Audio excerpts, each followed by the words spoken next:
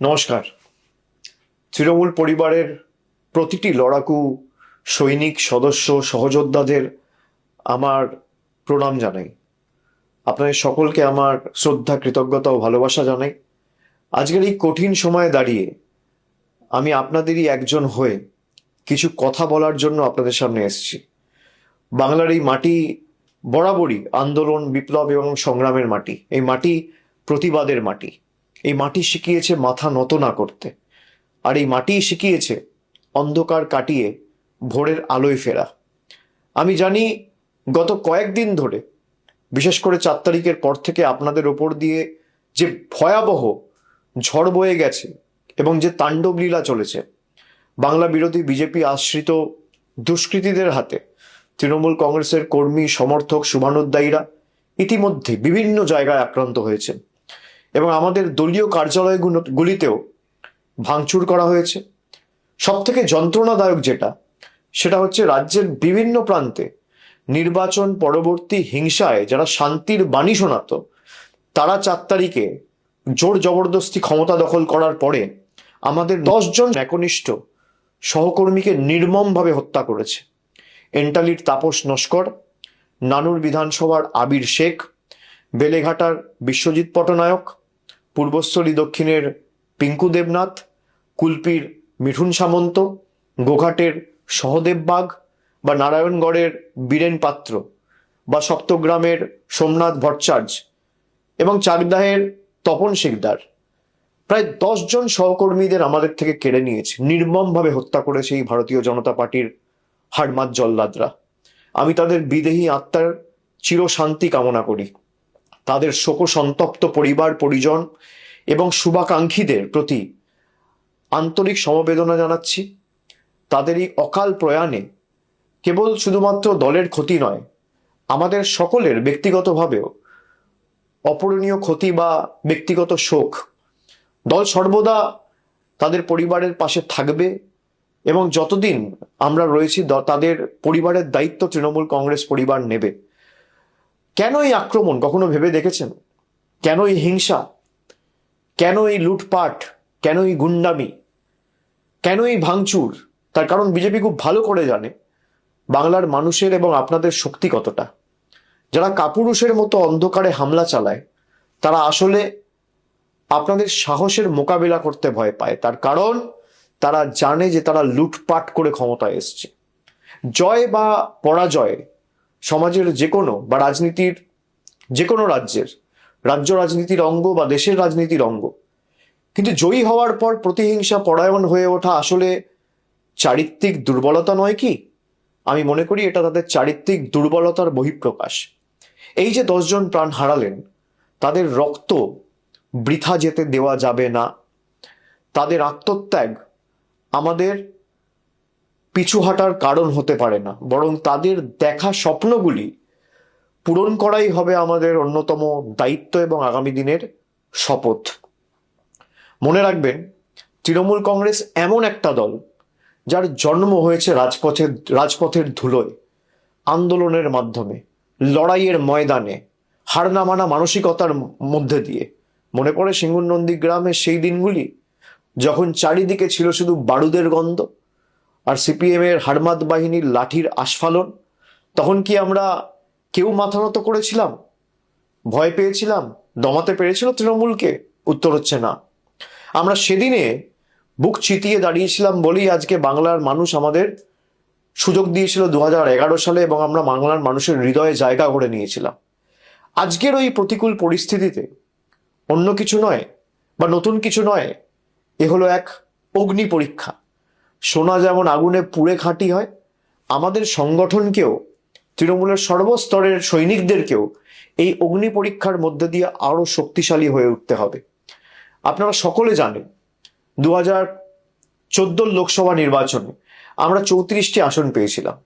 পরবর্তীকালে 19-এর নির্বাচনে লোকসভার ভোটে আমাদের ফলাফল প্রত্যাশিত না হলেও আমরা 22টি আসনে জয়যুক্ত হয়েছিলাম। তারপরের যে নির্বাচন 2024 সালে, সেখানে আমরা প্রায় 29টি আসন পেয়েছিলাম। দলের কাজ এবং আপনাদের পরিশ্রমে পুনরায় আমরা হারা আসনগুলো পুনরুদ্ধার করতে পেরেছি। 2021 সালে পশ্চিমবঙ্গ বিধানসভা নির্বাচনে আমরা প্রায় 215টি আসনে জয়যুক্ত করে হয়েছিলাম বা জয়লাভ করেছিলাম।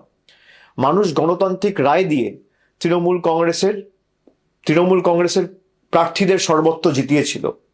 এবং আমি বিশ্বাস করি যেভাবে এই লুট করা দেখেছি, এই নির্বাচনে বিজেপি কাউন্টিং এর দিনে যেভাবে লুট হয়েছে, আমরা বিশ্বাস করি যে এই রায় মানুষের রায় হতে পারে না। মানুষ আমাদের যা রায় দেবে আমরা মাথা পেতে নেবো, আমাদের কোনো অসুবিধা নেই। সে 80 হতে পারে, সে 8 হতে পারে, সে 10 হতে পারে, সে 50 হতে পারে, সে 100 হতে পারে, সে 200 হতে পারে। কিন্তু 100-র বেশি আসনে কাউন্টিং এর দিন যেভাবে একতরফা লুট করেছে কেন্দ্রীয় বাহিনীকে ব্যবহার করে, আমরা নিশ্চিতভাবে আগামী দিন বিচার ব্যবস্থার কাছে বিচার চাইব।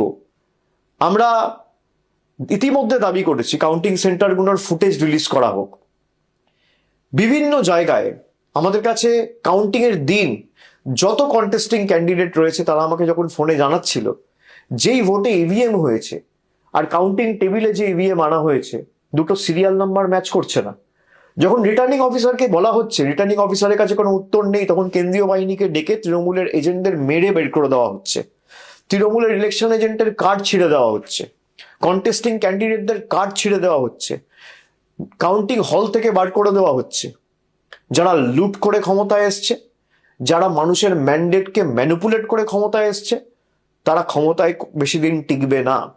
আমি বিশ্বাস করি সত্যিটা মানুষের কাছে যথা সময়ে উন্মোচিত হবে এবং সঠিক তথ্যটা মানুষের কাছে উপস্থাপিত হবে।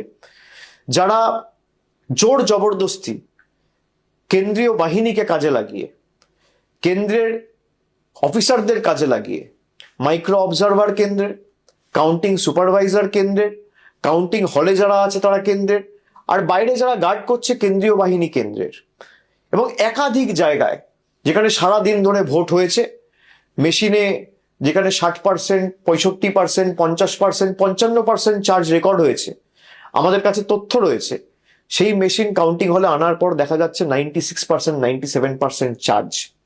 আমি তৃণমূল কর্মীদের বলবো এর জবাব মানুষ আগামী দিন দেবে, ভরসা রাখুন মানুষের উপর। লুটপাট করে কেউ ক্ষমতায় বেশি দিন থাকতে পারে না।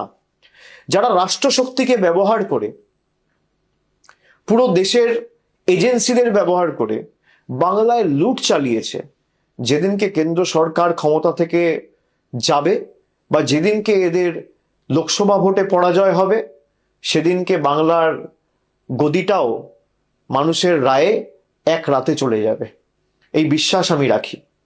আমাদের অস্ত্র হলো আপোষহীন লড়াই, আমাদের অস্ত্র হলো আমাদের হার না মানার মানসিকতা। এই একতাই আমাদের সব থেকে বড় ঢাল। আমি আপনাদের সকলকে অনুরোধ করছি, একে অপরের হাত শক্ত করুন। বাংলার মানুষ জানেন তৃণমূল কংগ্রেসের কর্মীরাই তাদের একনিষ্ঠ কর্মী এবং তাদের বিপদে আপদে প্রকৃত বন্ধু। আপনারা আবার মাঠে নামুন। আমাদের যে পার্টি অফিসগুলো জোর জবরদস্তি ভেঙে দেওয়া হয়েছে, সেই পার্টি অফিসগুলো পুনরুদ্ধার করুন। হাইকোর্টে ইতিমধ্যেই মামলা দায়ের হয়েছে আপনারা জানেন, এবং সেখানে যে পিটিশন ফাইল হয়েছে, আজকে হাইকোর্ট মহামান্য বিচারপতিরা তারা রায় দিয়েছে যে যারা ঘরবাড়ি ছাড়া, যাদের দোকানে ভাঙচুর হয়েছে, যাদের বাড়িতে হামলা হয়েছে, যারা এলাকা ছাড়া, ঘর ছাড়া, গ্রাম ছাড়া, পাড়া ছাড়া, তাদের সবাইকে আগামী দিন প্রশাসনকে বাড়িতে ফেরাতে হবে। আমি প্রত্যেকটা তৃণমূল কংগ্রেস ব্লক এবং জেলা নেতৃত্ব এবং অঞ্চল নেতৃত্বর কাছে অনুরোধ করব যে আপনারা ধরে ধরে যারা এলাকা ছাড়া তাদের বাড়ি ফেরার ব্যবস্থা করুন। কোথাও যদি কোনো প্রশাসনের আধিকারিকরা আপনাদের সাথে সহযোগিতা না করে, আমাদের সরাসরি জানান, আমরা তাদের বিরুদ্ধে কন্টেম্প্ট মুভ করব।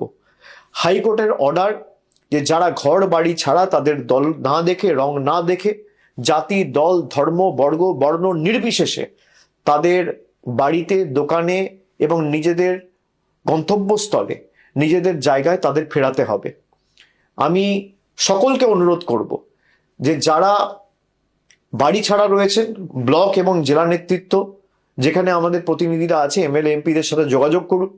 পঞ্চায়েত স্তরের নেতৃত্ব যারা আছে তাদের সাথে যোগাযোগ করুন। আর যেখানে সমস্যা হবে আমাকে সরাসরি জানান। ফেসবুকের মাধ্যমেও আপনারা জানাতে পারেন, এখানে আপনারা কমেন্টের মাধ্যমেও জানাতে পারেন বা মেসেজ করেও জানাতে পারেন। আমাদের দলের তরফ থেকে যতটা আইনি সাহায্য সহযোগিতা করা যায় আমি নিশ্চিতভাবে প্রত্যেকটা তৃণমূল কর্মীর পাশে দাঁড়াবো, যাতে যত দ্রুত সম্ভব আপনারা আপনাদের বাড়িতে, এলাকায়, গ্রামে ফিরতে পারেন। দলীয় সভাগুলিতে একজোট হয়ে আমাদের আগামী দিন কাজ করতে হবে। আমাদের পতাকাটা যখন জোড়া ফুল এবং আমাদের লড়াই সংগ্রামের মধ্যে দিয়ে যখন জন্ম, তখন মাথায় রাখতে হবে আমাদের পতাকাটা আবার সসম্মানে খুব শীঘ্রই আকাশে ওড়ানোর দায়িত্বটা প্রত্যেক তৃণমূল কংগ্রেস কর্মী সমর্থককে নিতে হবে। তখন দেখবেন বাংলা থেকে আতঙ্কের কালো মেঘ সরে গেছে। জেলা সভাপতি ও জেলা নেতৃত্বদের নিয়ে মিটিং, সভার আয়োজন আপনারা করুন, কিন্তু সেখানে কেউ কোনো উস্কানিমূলক কথা বলবেন না, এটা আমাদের কৃষ্টি সংস্কৃতি নয়। আমাদের সভা হবে শান্তির বার্তা, সম্প্রীতির বার্তা, ঐক্যের ডাক দেওয়ার জন্য। দলীয় কর্মীদের বলবো আপনারা শক্ত থাকুন, দল আপনাদের পাশে আছে। আমি গত 10 দিন ধরে সবার সাথে কথা বলে কারা কারা ঘর বাড়ি ছাড়া তার তালিকা তৈরি করে আমরা হাইকোর্টে জমা দিয়েছি। আমি প্রত্যেকের সাথে নিজে কথা বলে যতটুকু পেরেছি, কোন কর্মী কোন অঞ্চলে বাড়ি ছাড়া, কার বাড়িতে আক্রমণ হয়েছে, কার পরিবারের বৃদ্ধ মা বাবার উপর আক্রমণ হয়েছে, তার পুঙ্খানুপুঙ্খ তালিকা আমরা তৈরি করেছি গত 7 দিন 10 দিনে। তৃণমূল ছেড়ে দেওয়ার লোক নয়। মনে রাখবেন, বাংলার মানুষ কোনোদিন অশান্তি পছন্দ করে না।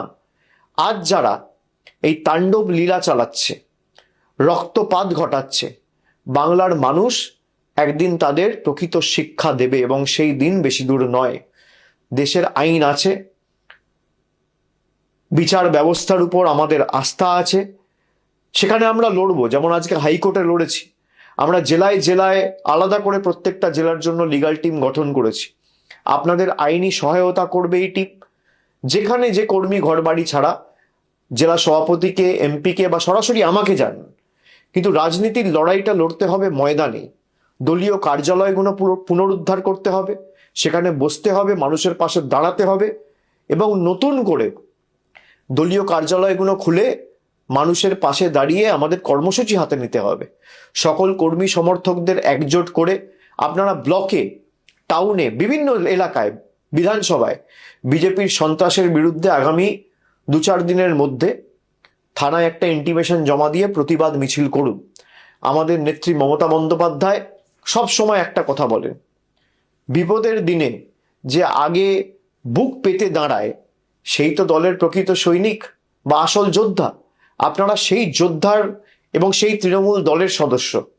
আজ যদি আমরা পিছিয়ে যাই বা এক পা পিছপা হই, তবে আমাদের সেই শহীদ ভাইদের আত্মা কোনোদিন শান্তি পাবে না এবং তাদের এই অকাল প্রাণ যেভাবে বিজেপি কেড়ে নিয়েছে, তাদের জীবন আমরা বৃথা যেতে দেবো না। তারা যে স্বপ্ন দেখেছিলেন একটি সুন্দর, শান্ত এবং সম্প্রীতির বাংলার, সেই স্বপ্নের দায়িত্ব আজকে আমাদের সকলের কাঁধে, আপনাদের কাঁধে। আমরা শীঘ্রই আবার এই বাংলায়, মামাটি মানুষের বাংলায় সত্যি যেদিনকে উন্মোচিত হবে, মানুষ বুঝতে পারবে এবং তৃণমূলই থাকবে। কোনো শক্তি তৃণমূলকে এই গণজোয়ারে রোধ করতে পারবে না। যারা আজ আস্ফালন করছে তাদের মনে রাখা উচিত, গীতায় বাণী রয়েছে, অধর্মের আয়ু বেশি দিন নয়, সত্য আর ন্যায়ের জয় হবেই হবে। আসুন আজ থেকে আজ আমরা শপথ নিই, আমরা লড়াইয়ের ময়দান থেকে পিছুপা হব না। আমরা মাথা উঁচু করে চলব, মানুষের জন্য কাজ করব, মানুষের জন্য লড়ব, বাংলার ঐতিহ্য, সংস্কৃতি এবং কৃষ্টিকে রক্ষা করব এবং তৃণমূলের প্রত্যেকটি দলীয় কার্যালয় থেকে স্লোগান ওঠাবো, জয় বাংলা গর্বের সাথে বলবো। অন্ধকার যত গভীর হয়, সূর্যোদয় ততটাই নিকটবর্তী হয়। বাংলার বুক থেকে এই অশুভ শক্তিকে দূর করে আমাদের আবার পথে নামতেই হবে সকলকে। আমি শীঘ্রই যেখানে আপনারা ডাকবেন আমি নিশ্চিতভাবে যাব।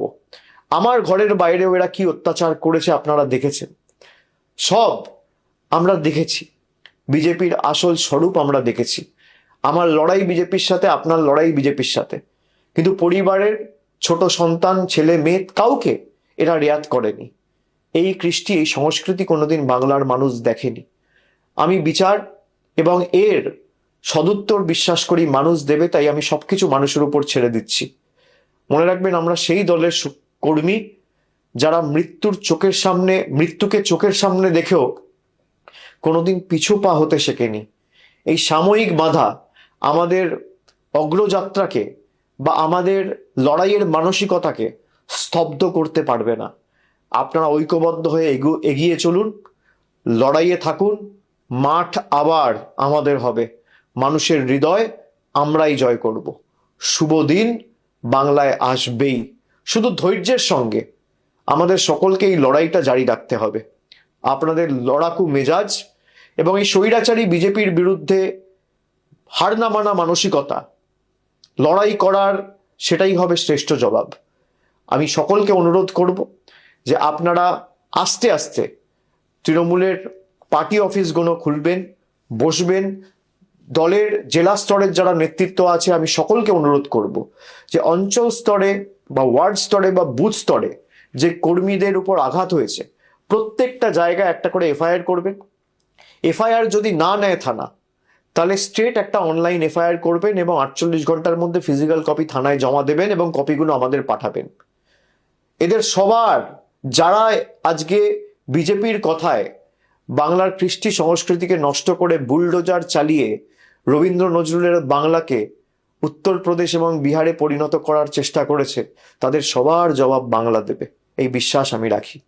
জয় হিন্দ, জয় বাংলা, বন্দে মাতরম।